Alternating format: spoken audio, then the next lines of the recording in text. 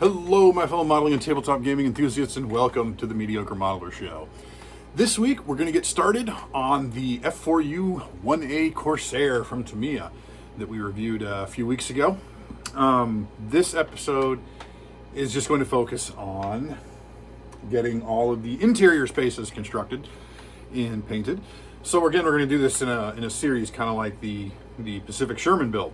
So yeah, we're going to work on getting the cockpit done, pilot, the engine, just some of that simple stuff so that we can continue the build, or not continue, but get started in the building process of getting this all put together. So without any further ado, let's head on over to the bench and see what kind of work we can get done.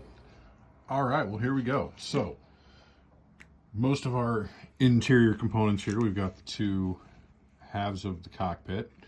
They go together like so. Yeah, like that. So everything's just in primer. We're gonna go ahead, we're gonna get a coat of zinc chromate green on this here before too long. But I just want to go over all of the sort of internal components that we're gonna paint before assembly, before I paint them. And then kind of talk about some of the modifications we're gonna do to the fuselage for this project. So obviously we've got the fuselage bits, so the control panels, the seat, the rear bulkhead. We've got the forward bulkhead, the instrument panel, control stick, the rudder pedals, and everything. I'll use a decal for the instrument panel as well as the placement for the gun sight and everything. But then, of course, we also need to do the engine. So we've got the twin rows of the valves there. So 1, 2, 3, 4, 5, 6, 7, 8, 9. I don't remember. And it was an Wasp R2800. And we've got the front of this here with, I can't even remember exactly what all is in those. I don't know which components exactly are which, but I know where they go. And then, of course, we've got that rear bulkhead with the exhaust collectors, but those won't be seen when the model is all put together. So I decided to not paint these because I'm going to do the exhaust flaps closed, since they're generally closed while in flight.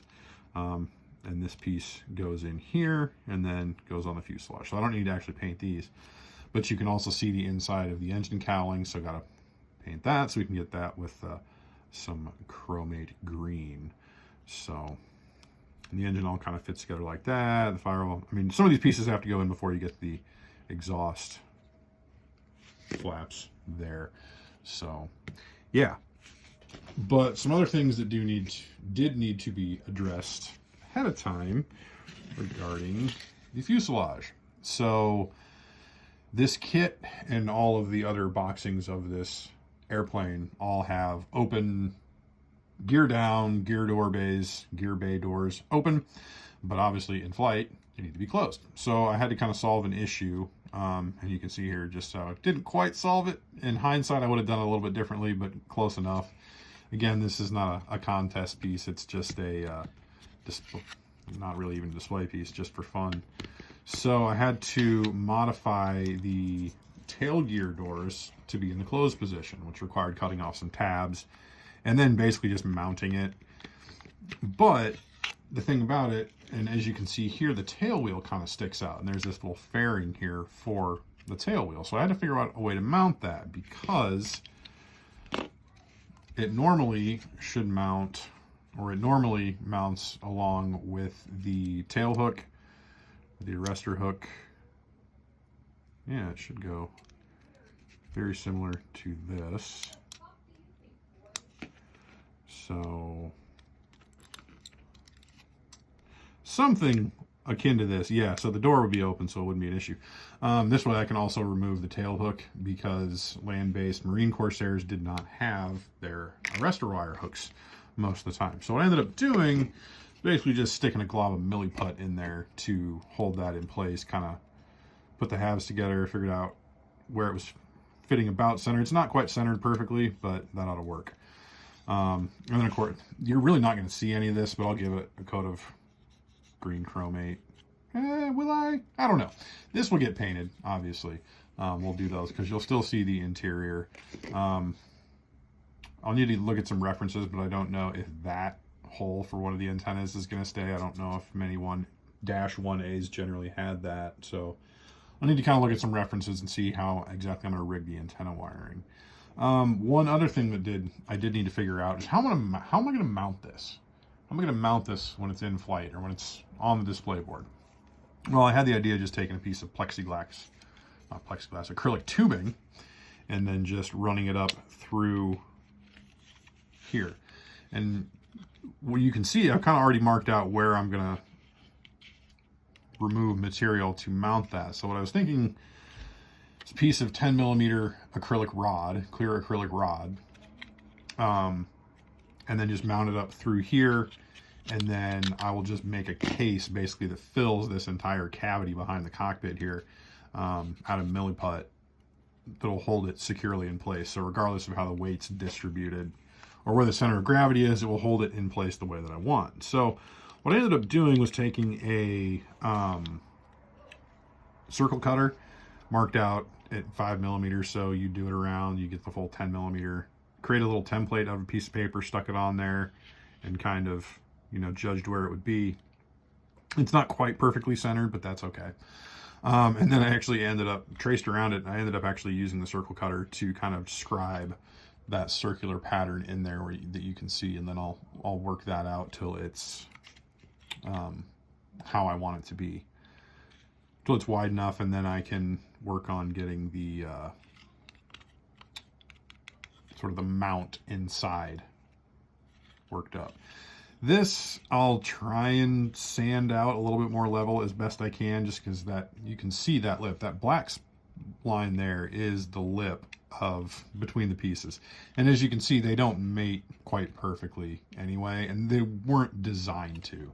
So I'm a little bit worried that when I go to do the main gear bays, that's gonna present some issues, but we'll have to see. But you know, we'll cross that bridge when we come to it. We'll make it. I'm not looking forward to sanding seam lines. I haven't had to do that in quite a long time, but we'll get there in the end. And just do a little quick test fit of the engine cowling. You can see where that's going to fit. And of course the wings will go here. So yeah, and I have real quick. Oh. 156 scale half track for comparison. Granted, they're different scales, but pretty close. I mean, you can see just how big these planes were. Yeah, so this, again, half track's 3D print. Turned out pretty well. Just finished it earlier today. So, quick little showcase there. Adding more stuff for the Marines. So, cool beans. But yeah. So there we go. That's where we're at now, but we'll come back once we get things sorted out and painted.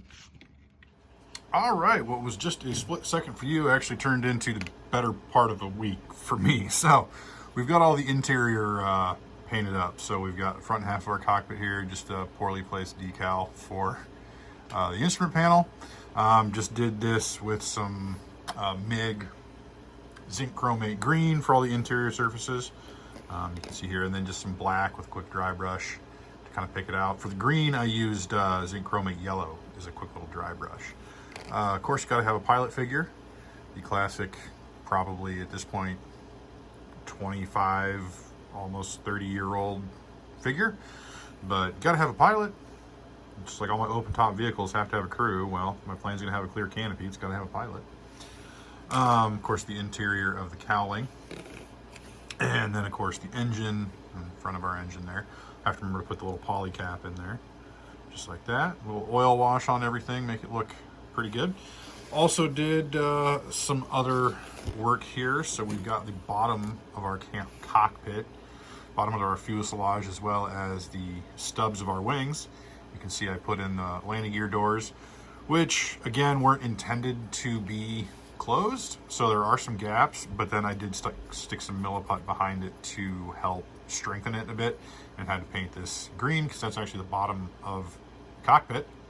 There's going to be a window here, but I'm just going to paint over that. On most of the Corsair 1As, that was just painted over or deleted, sheeted over. I'm just going to put the clear piece in and then paint over it. No big deal.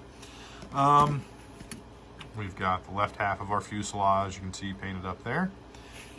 And then we've got the right side, a little bit more complicated. So again, we just painted it up the same way, but also used Milliput to create a mounting surface for a acrylic rod. So you can see it's going to fit in there just like that. Actually going to have a little bit of a downward cant, so it looks like it's almost going into an attack run when I eventually get those rockets mounted. So that'll look pretty cool. I don't care if rockets aren't technically correct for a Corsair 1A, but they had to test the idea somewhere.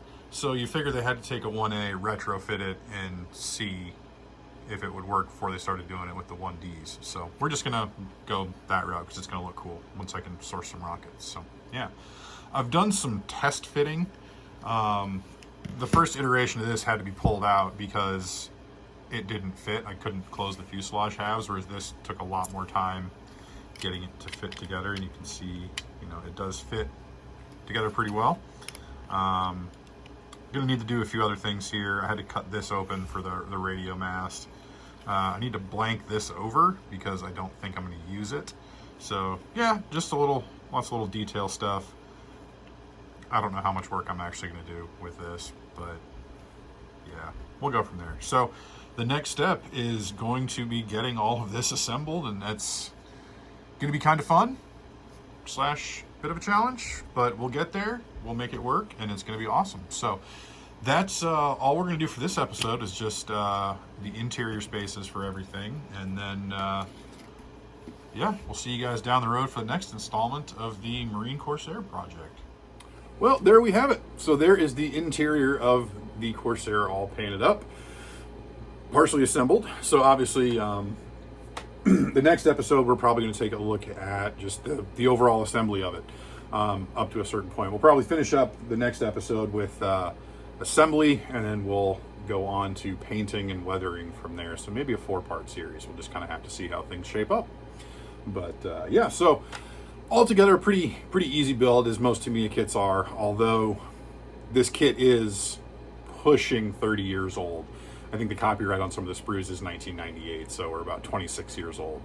I know there is another 48 skill Corsair kit out there from Magic Factory. Of course, there's also the other Hasegawa kits out there.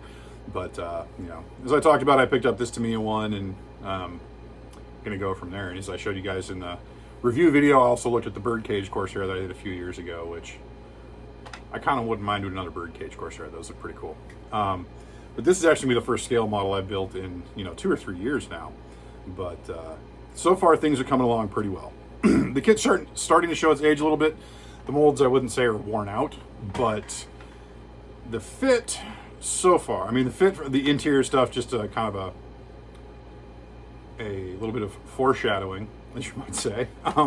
When it came time to some of the assembly, some of the modifications I made for my purposes might have played a little bit of a part in some minor fit issues that I had a little further on down the road. But we'll talk about that next episode. It's not a big deal. It's very easily remedied. So yeah.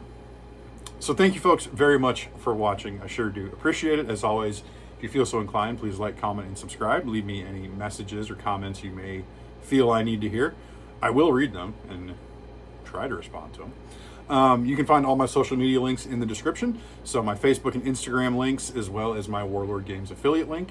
Facebook and Instagram will also take you to my link tree, which has all the same information. So there you go. So thanks again very much for watching. And until next time, may your paints be thin, your brushes be pointy, and your dice be hot.